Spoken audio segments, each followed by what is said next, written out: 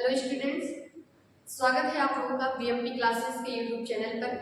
जैसा कि पिछले लेक्चर में हम लोगों ने देखा था, पुष्पी पाठकों के लैंगिक जनन चैप्टर स्टार्ट हुआ था और आज इस चैप्टर का तीसरा लेक्चर होगा।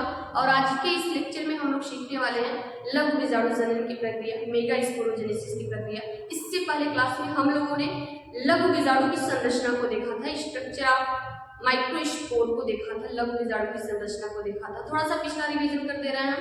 इससे पहले क्लास में हम लोगों ने देखा था किसी पादप में जो नर जननांग पुंकेसर हुआ करता था, उस पुंकेसर जो था कहीं न कहीं दो भागों से मिलकर के बना था, परागकोश और पुंतंतु। हम लोग परागकोश की संरचना देख रहे थे। परागकोश को टीएस सेक्शन से कट करके देखा गया तो उसमें देखने को मिला कि परागकोश जो था द्विकोष्ठ की संरचना का था और प्रत्येक कोष्ठक में दो प्रकोष्ठ पाए जा रहे थे, यानी कि एक परागकोश में 4 प्रकोष्ठ मिल रहे थे, ये कह सकते हैं। और प्रत्येक प्रकोष्ठ को नाम दिया गया था लघु बीजाणु, माइक्रोस्पोर्स लघु बीजाणु कहा गया था।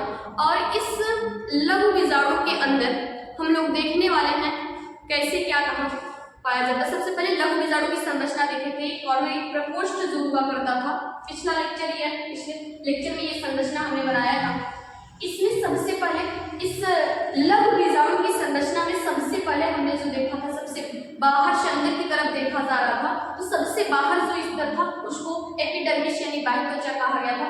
उसके बाद जो दूसरा लेयर था, और इस बाह्य त्वचा की जो संख्या थी एक ही थी, यानी कि कहीं न कहीं बाह्य त्वचा जो होती है इसकी संख्या एक ही होती है। दूसरा जो लेयर था वो था अंतस्त्वचा यानी एंडोथीशियम की संख्या कहीं न कहीं एक ही थी। और जो तीसरा लेयर मिडिल लेयर हुआ करता था, मिडिल लेयर की संख्या जो थी, मध्य स्तर की संख्या जो थी 1 से 3 थी। और लास्ट वाला मुख्य इंपॉर्टेंट लेयर टैपिटम हुआ करता था, इस टैपिटम की संख्या जो थी एक ही थी। यानी कि हम कह सकते हैं जो लघु बीजाणु होते हैं, माइक्रोस्पोर्स जो होते हैं, उस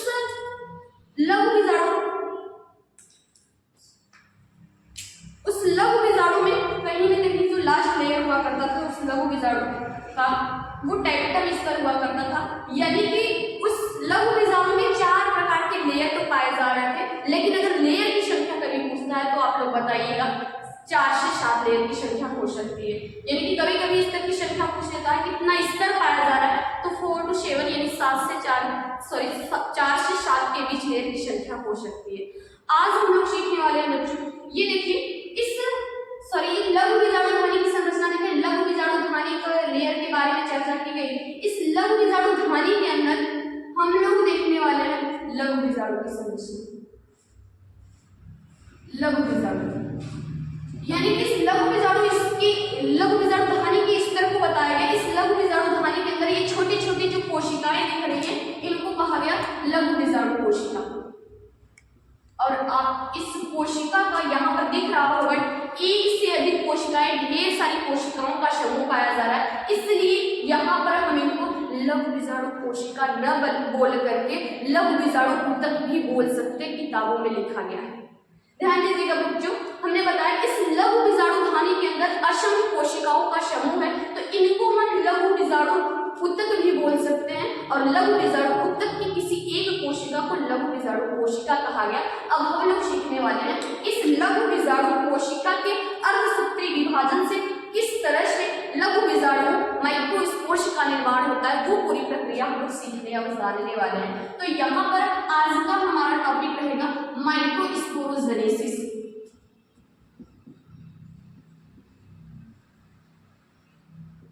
आज का हमारा टॉपिक रहेगा माइक्रोस्पोरोजेनेसिस यानी लघु बीजाणु जनन क्या होता है। एक लाइन में डेफिनेशन पहले सीख लीजिए माइक्रोस्पोरोजेनेसिस का। किसी लघु बीजाणु ध्वनि में लघु बीजाणु मात्र कोशिकाओं के अर्धसूत्री विभाजन से 4 लघु बीजाणु बनने की जो प्रक्रिया होती है वही लघु बीजाणु जनन कहलाती है। जैसे सीखते हैं बच्चे, अभी हमने बताया इस लघु बीजाणु कोशिका, ये लघु बीजाणु जन ऊतक जो है, लघु बीजाणु जन ऊतक के समूह को ही लघु बीजाणु जन कोशिका कहा गया या लघु बीजाणु कोशिका कहा गया। जन भी लिख सकते हैं, एनसीईआरटी में लिखा गया, तो इनको पूरा लिख देते हैं लघु बीजाणु जन कोशिका, लघु बीजाणु जन कोशिका। अब इस लघु बीजाणु जन कोशिका में हम लोग सीखेंगे किस तरह से अर्धसूत्री विभाजन होता है और किस तरह से ये कोशिकाएं विकास करके या विभाजन करके किस तरह से माइक्रोस्पोर्स का निर्माण करते हैं। तो ध्यान दीजिएगा बच्चों, ये ढेर सारी असंख्य कोशिकाओं का समूह है, इसलिए लघु बीजाणु जन ऊतक कहा गया। लघु बीजाणु जन ऊतक की किसी एक एक कोशिका को हमने नाम दिया लघु बीजाणुजन कोशिका। इस लघु बीजाणुजन कोशिकाएं जो होती हैं, इसमें सीखिएगा बच्चों, ये कोशिकाएं जो होती हैं, इस हमने उस दिन बताया था टेपिटम का मुख्य कार्य जो एनसीईआरटी में दिया हुआ है वो दिया है। टेपिटम जो होता है इन लघु बीजाणुजन कोशिकाओं को पोषण प्रदान करता है, इनको पोषण देने वाला है। तो कहीं न कहीं ये लघु बीजाणुजन कोशिकाएं जो होते हैं टेपिटम स्तर से पोषण प्रदान करके कुछ लघु बीजाणुजन ऊतक जो होते हैं, कोशिकाएं जो होती हैं, आकार में बड़ी हो जाती है, आकार में ये बड़ी हो जाती है। अब वो कोशिकाएं जो पोषण टेपिटम स्तर से पोषण प्रदान करके आकार में बड़ी हो गई हैं, इन कोशिकाओं को नाम दे सकते हैं लघु बीजाणु मात्र कोशिका, लघु बीजाणु मात्र कोशिका। Microspore mother cell, microspore mother cell, I hope बच्चे समझ रहे होंगे माइक्रोस्पोर मदर सेल। और इसी माइक्रोस्पोर मदर सेल को किताबों में लिखा है एमएमसी माइक्रोस्पोर मदर सेल, या तो इनको हम पीएमसी भी लिख सकते हैं, पॉली मदर सेल। और यही माइक्रोस्पोर मदर सेल कहीं न कहीं अंतःसूत्री विभाजन करके लघु बीजाणु का निर्माण करेगी, और वही लघु बीजाणु संरचना में परिवर्तित होकर कह सकते हैं या फिर विकास करके परागकणों का निर्माण करने वाला है। अब सीखिएगा बच्चों, ये लघु बीजाणु लघु यानी कि एमएमसी और पीएमसी इन्हीं कोशिकाओं में अंतःसूत्री, यहाँ लिखिएगा लघु बीजाणु मात्र कोशिकाएं पोषण प्रदान करके बड़ी हुई, आकार में बड़ी हुई, पोषण प्रदान करके। अब जो कोशिकाएं आकार में बड़ी हो गई थी उन्हीं कोशिकाओं को नाम दिया गया था एमएमसी या पीएमसी। अब सीखिएगा, यहाँ देखने को क्या मिला, ये एमएमसी और पीएमसी की जो कोशिकाएं थी, इन कोशिकाओं को आपस में जोड़े रखने का कार्य किस तरह करता था, जिसका नाम था प्लाज्मोडेस्माटा।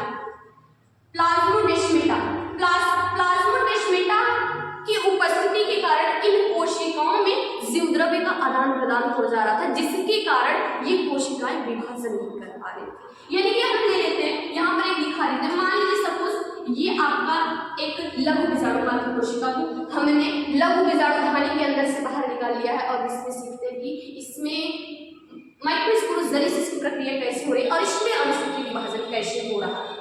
तो ध्यान दीजिएगा बच्चों, हमने बताया कि जो लघु बीजाणु मात्र कोशिकाएं थी, लघु बीजाणु मात्र कोशिकाओं में प्लाज्मोडेस्माटा की उपस्थिति के कारण इनका जो जीवद्रव्य था एक दूसरे में चला जा रहा था, जिसके कारण इसमें विभाजन नहीं हो पा रहा था, विभाजन रुक जा रहा था।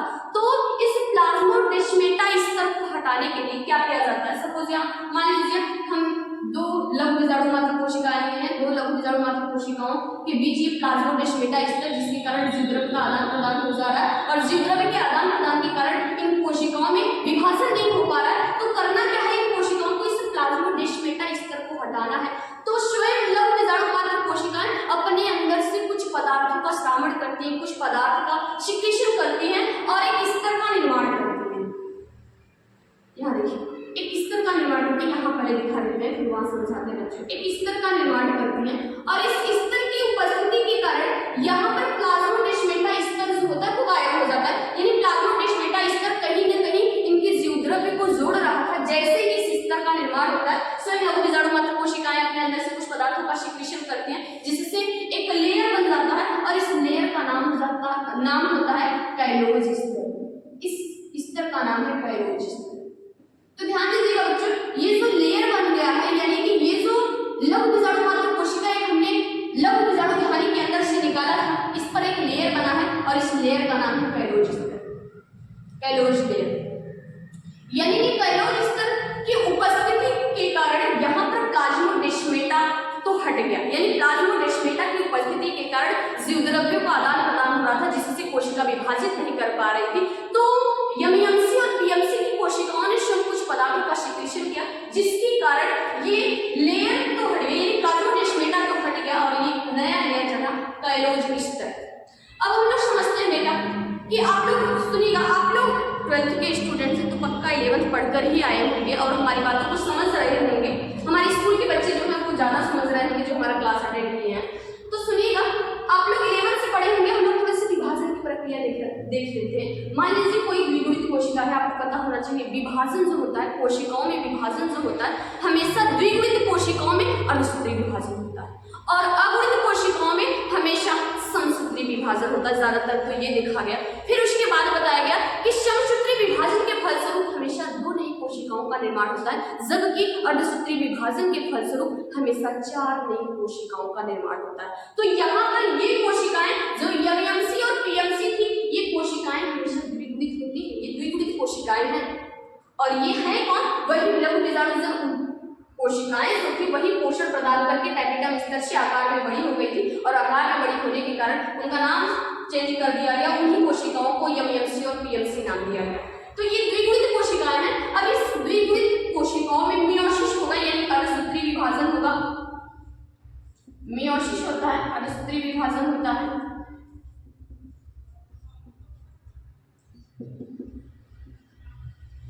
मियोसिस होता है, और मियोसिस के फलस्वरूप ये जो कोशिकाएं हैं, एक लघु बीजाणुमात्र कोशिका जो है, यही कोशिका जो होगी 4 नई कोशिका में विभाजित हो जाती है, यानी यही एक लघु बीजाणुमात्र कोशिका 4 संतति कोशिकाओं का निर्माण करती है। और ये चारों कोशिकाएं अभी तक कैलोज स्तर में बंद हैं, अभी तक कैलोज स्तर के अंदर ही ये प्रक्रिया चल रही है। और ये कोशिकाएं अगुणित कोशिकाएं थी, कहीं न कहीं ये कोशिका जो थी द्विगुणित कोशिका थी, इसमें अर्धसूत्री विभाजन हुआ, तब जाकर के 4 अगुणित कोशिकाओं का निर्माण हो गया। और प्रत्येक अगुणित कोशिकाओं को नाम दिया गया लघु बीजाणु,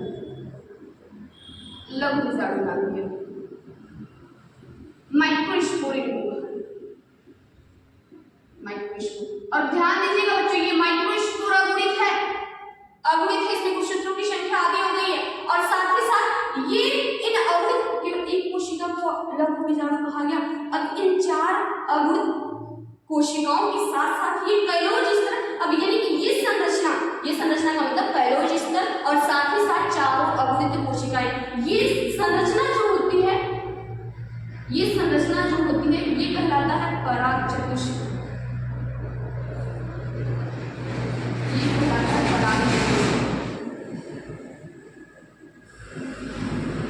पॉलीटेट्राड कहलाता है,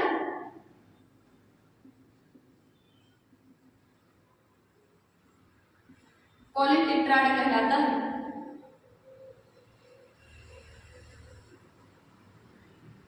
पॉलीटेट्राड है, ये पराग चतुष्क है। अब देखिएगा बच्चों, अब ये पराग चतुष्क यानी कि हम यहाँ कुछ चित्र में परिवर्तन ला सकते हैं, दिखा सकते हैं कि पराग चतुष्क का निर्माण हो चुका है।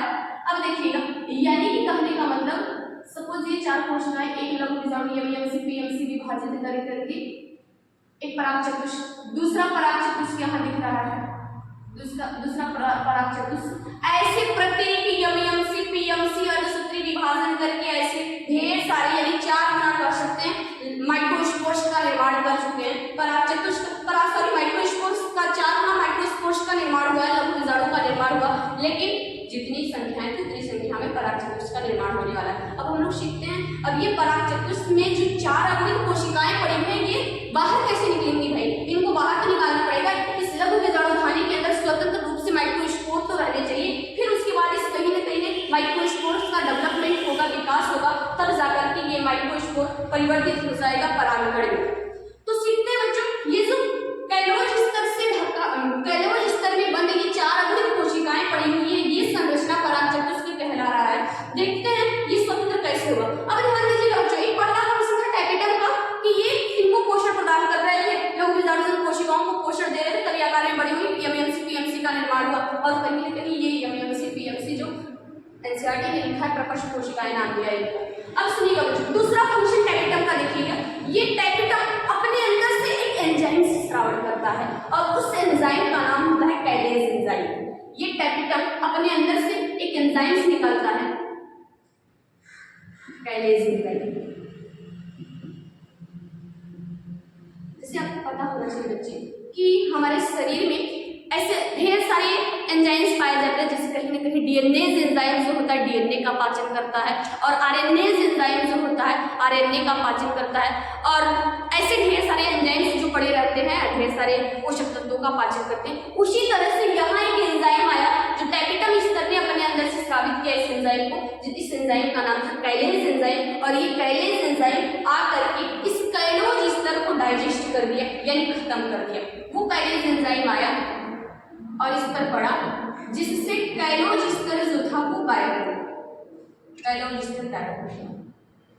और कैलोज स्तर के गायब होते ही ये जो लघु बीजाणु पड़े थे ये लघु बीजाणु धानी के अंदर स्वतंत्र हो जाएंगे, फिर से ये स्वतंत्र हो जाएंगे। यानी कि जो पराग चतुष्क बना था, पराग चतुष्क संरचना नहीं रहेगी, पराग चतुष्क से लघु बीजाणु धानी के अंदर स्वतंत्र हो जाएंगे, ये बताया गया। और सुनिएगा बच्चों, कभी कभी पूछ लिया जाता है पराग कोश क्या होता है। ये जो लघु बीजाणु धानी थी, लघु बीजाणु धानी के अंदर ये पराग चतुष्क बनने के बाद यानी जो पॉलिन टेट्राड बना बनने के बाद ये पूरी संरचना जो थी पराग कोश कहलाएगी, पॉलिन सेक सॉरी पराग कुट्टी कहते हैं पॉलिन सेक को। ये अब ये संरचना पराग कुट्टी कहलाएगी। जैसे एग्जांपल ले लेते हैं, जैसे कि हम लोग जब जन्म लेते हैं तो छोटे से होते हैं तो वो अवस्था शिशु अवस्था कहलाती है, थोड़े से बड़े होते हैं बाल्यावस्था, थोड़े से और बड़े होते हैं वयस्क अवस्था। इंसान तो वही है, अलग अलग टाइम में फेज का नाम चेंज कर दिया गया, वही कुछ इसी तरह से यहाँ भी हुआ। ये संरचना जब पराग चतुष्क नहीं बना था तब ये लघु बीजाणु धानी कहला रही थी। अब इसी लघु बीजाणु धानी के अंदर ही पराग चतुष्क बनते ही अब ये पराग कुट्टी कहलाने लगा, पॉलिन सेक कहलाने लगा। तो ध्यान दीजिएगा, सुनिएगा बच्चों, आई होप आप लोग स्क्रीनशॉट रख लिए होंगे, इसका स्क्रीनशॉट रख लीजिए या तो छाप लीजिएगा, छाप लिए होंगे तो अच्छी बात है, वरना स्क्रीनशॉट लेकर रख लीजिए। अब सुनिएगा, आगे हम लोग जानने वाले क्या है, इसके बाद हम लोग जानने वाले हैं कि ये लघु बीजाणु किस तरह से विकास करके पराग कण में परिवर्तित हो जाता है, ये हम लोग सीखने वाले हैं। यानी कि लघु बीजाणुओं का पराग कणों में परिवर्तन की प्रक्रिया सीखने वाले हैं। अब हमारा ये टॉपिक चलेगा, तो बच्चों इसको हम इरेज कर दे रहे हैं, ध्यान दीजिएगा। आप लोग चाहे तो एक बार फिर से रिवीजन कर दे रहे हैं, ध्यान दीजिएगा एक बार फिर से। इस लघु बीजाणु धानी में 4 स्तर पाए जा रहे हैं। सबसे बाहरी स्तर बाह्य त्वचा, उसके बाद के स्तर अंदर त्वचा, उसके बाद मिडिल लेयर 1 से 3 की संख्या में, लास्ट स्तर जो थी टैपिटम थी। और ये टैपिटम इसका मुख्य स्तर है, बड़ा पूछा जाता है टैपिटम का कार्य वगैरह बताइए। तो अब सीखिएगा, लघु बीजाणु धानी के अंदर ढेर सारी कोशिकाओं का समूह पड़ा था, उनको लघु बीजाणुजन ऊतक कहा जा रहा था। उस लघु बीजाणुजन ऊतक की किसी एक कोशिका को नाम दिया गया लघु बीजाणुजन कोशिका। एक ऊतक की एक कोशिका को पकड़ा गया और उसको लघु बीजाणुजन कोशिका कहा गया। और लघु बीजाणुजन कोशिकाएं इस टैपेटम स्तर से पोषण प्रदान करके आकार में बड़ी हो गई थी, उन्हीं को लघु बीजाणु मात्र कोशिका कहा गया, माइक्रोस्पोर मदर सेल कहा गया, एमईएमसी या पीएमसी पॉलिन मदर सेल। और यही एमईएमसी पीएमसी को एनसीईआरटी ने प्रकोष्ठ कोशिकाएं नाम दिया है। स्टार्टिंग में कोशिकाएं ये प्रकोष्ठ कोशिकाएं कहलाती है। एमईएमसी पीएमसी कोशिकाएं जो होती है द्विगुणित होती है और इसमें अर्धसूत्री विभाजन के फलस्वरूप फलस्वरूप 4 अंगित कोशिकाओं का निर्माण होता है। और इसके साथ ही ये कहां से आएगी संरचना, हमने बताया था जो एमईएमसी पीएमसी होती है, ये कोशिकाओं को इन कोशिकाओं को पालक कोशिका प्लाज्मोडेस्माटा स्तर जो थी जीवद्रव्य का आदान प्रदान करा दी गई थी, जिसके कारण विभाजन नहीं हो पा रहा था। और विभाजन हो सके इसके लिए स्वयं कोशिकाओं ने कुछ अपने अंदर से पदार्थों का सिक्रीशन किया था और एक लेयर का निर्माण किया था जिसका नाम था कैलोज स्तर। और इस कैलोज स्तर के कारण प्लाज्मोडेस्माटा हट गया था और प्लाज्मोडेस्माटा हटने के बाद इसमें कैलोज स्तर के निर्माण होने के बाद इन कोशिकाओं के अंदर कैलोज स्तर के अंदर ही एक एमईएमसी पीएमसी विभाजित करके 4 अंगित कोशिकाओं का निर्माण किया जिसको लघु बीजाणु कहा गया। और ये संरचना, ये पूरी संरचना पॉलिन टेट्राड कहलाई। और पॉलिन टेट्राड की उपस्थिति के कारण लघु बीजाणु जो था वो पराग कुट्टी कहलाने लगा था। अब हम लोग सीखने वाले बच्चों, अब हमारा टॉपिक चलेगा, अब हमारा टॉपिक है, छाप लीजिएगा आप लोग,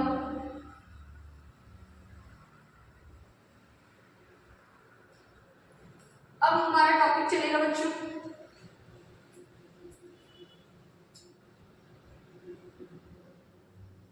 लघु बीजाणु का परागकण में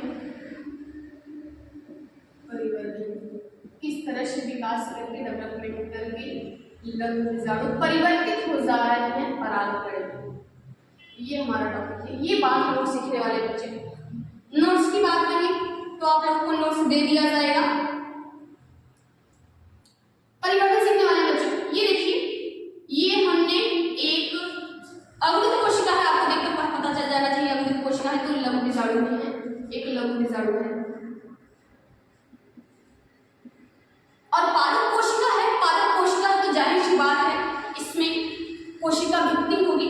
तो यहाँ पर ये वाला स्तर ये दिखा दे रहे, थोड़ा सा नीले कलर से बना करके दिखा दे रहे, थोड़ा अलग। ये वाली पादप कोशिका, इसलिए कोशिका भित्ति पाई जा रही है। ये नीले कलर की हम जो लेयर बना रहे हैं बच्चों ध्यान दीजिएगा, ये नीले कलर का जो स्तर बना रहा है, ये स्तर जो है ये है इस कोशिका की कोशिका भित्ति। लेट्स से लिखेंगे ये है कोशिका भित्ति इनकी, कोशिका भित्ति सेल वाला। और ये कोशिका भित्ति बनी हुई है सेल्यूलोज और पैक्टिन की, सेल्यूलोज और पैक्टिन की बनी हुई है। अब ध्यान दीजिएगा बच्चों, जब आप लोग क्लास 11 से भी 12th में आए होंगे, क्लास 11 में सेल साइकिल, सेल डिवीजन पढ़ रहे होंगे, कोशिका चक्र और कोशिका विभाजन पढ़ रहे होंगे, तो उस समय आप लोगों को पढ़ाया गया होगा कि किसी कोशिकाओं में विभाजन जब होता है तो विभाजन में सबसे पहले कैरियोकाइनेसिस की प्रक्रिया होती है, यानी कि पहले केंद्रक विभाजित होता है, फिर उसके बाद कोशिका द्रव्य का विभाजन होता है, फिर उसके बाद कहीं न कहीं साइटोकाइनेसिस की प्रक्रिया होती है, यानी कोशिका द्रव्य विभाजन की प्रक्रिया होती है। तो हम लोग देखिएगा बच्चों, अब फिर से इस लघु बीजाणु के अंदर कैरियोकाइनेसिस की प्रक्रिया स्टार्ट हो गई। कैरियोकाइनेसिस की प्रक्रिया के फलस्वरूप इसके भीतर यानी इस कोशिका के अंदर लघु बीजाणु कोशिका जो थी, लघु बीजाणु जो थे, एक लघु बीजाणु था, इसके अंदर दो असमान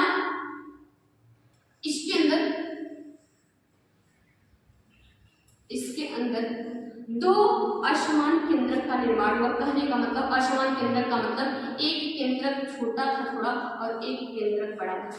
एक केंद्रक जो था अनियमित आकार का था, इनका आकार जो था वो निश्चित नहीं था, और एक दूसरा केंद्रक था जो वो तरकु आकार का था, एक छोटा केंद्रक और एक बड़ा केंद्रक। तो ध्यान दीजिएगा बच्चों, जो ये छोटा केंद्रक है इसको कहा गया जनन केंद्रक, और ये जो बड़ा वाला अनियमित आकार का केंद्रक है इसको कहा गया काइट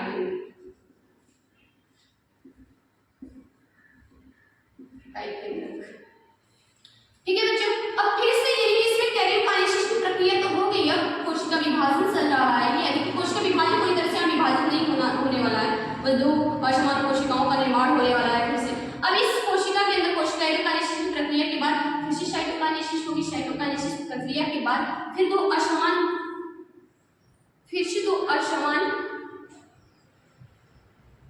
कोशिकाओं का निर्माण होता है। यानी कहने का मतलब ये देखिए बच्चों, साइटोप्लाज्म में डिवाइड हो गया, दो कोशिका दिख रही, एक तो ये वाली कोशिका और दूसरी कोशिका ये वाली कोशिका। ध्यान दीजिएगा बच्चों, तो ये जो छोटी वाली कोशिका है, इस छोटी वाली कोशिका को कहा गया जनन कोशिका, और इस बड़ी वाली कोशिका का नाम दिया गया कायिक कोशिका।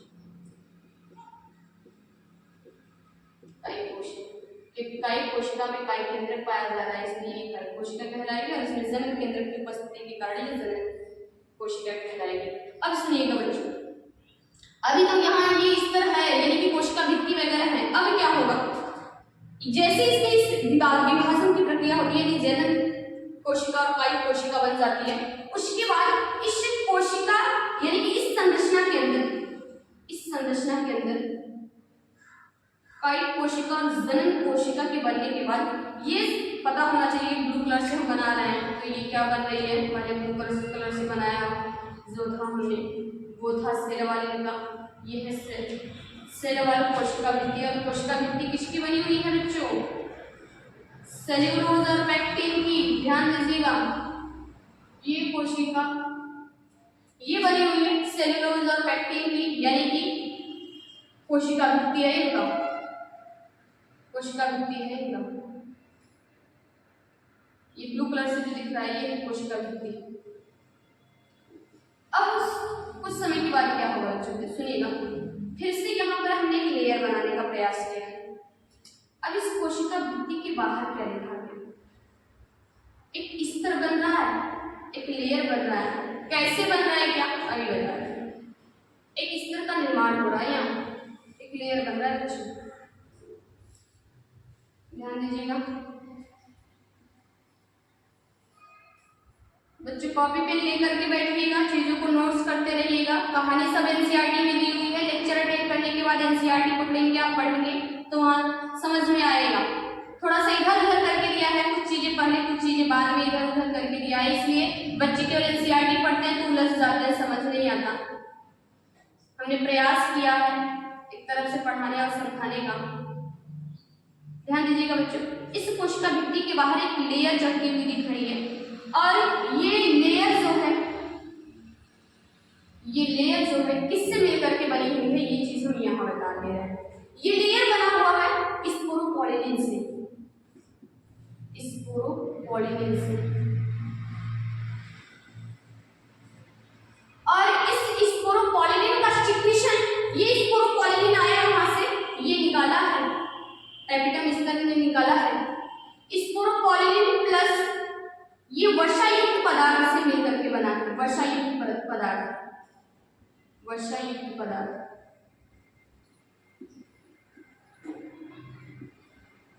जिसको यूबिस कहा जाता है,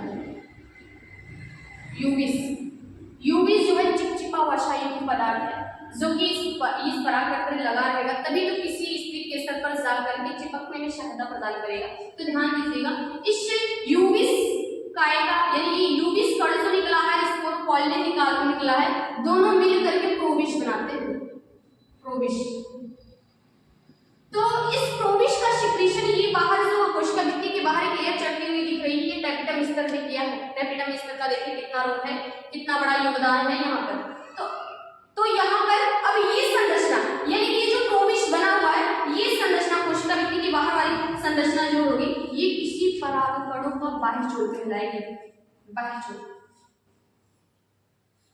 ये है बच्चों बाह्य छोर,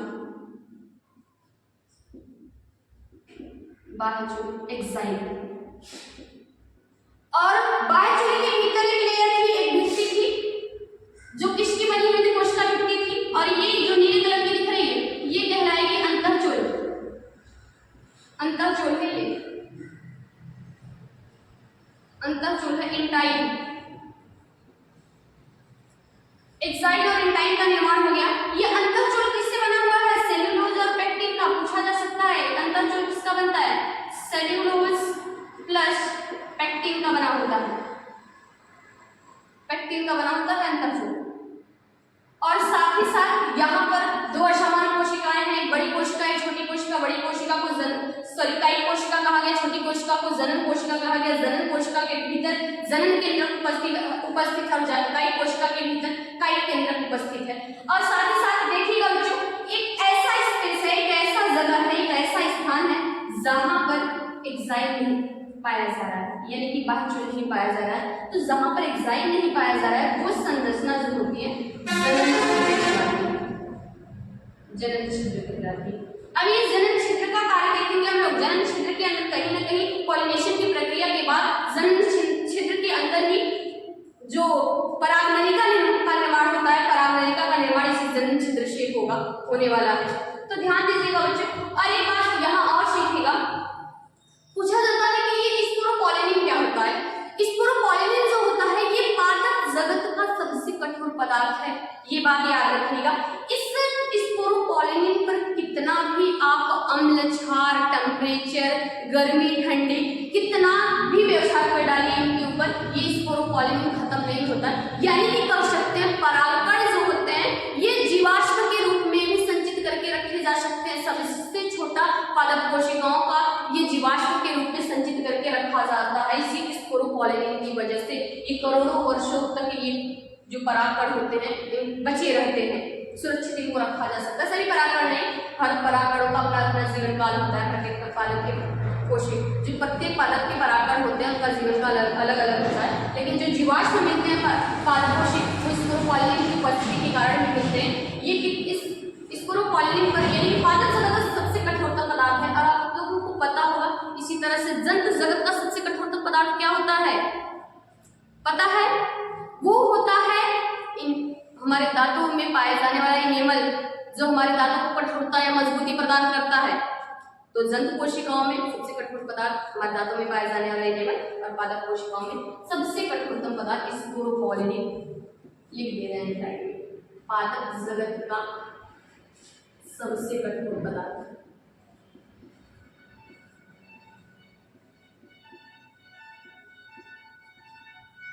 सबसे कठोर पदार्थ ये। तो बच्चों अब सुनिएगा, अब इतनी संरचना बनने के बाद साथ ही साथ इसमें साइटोप्लाज्म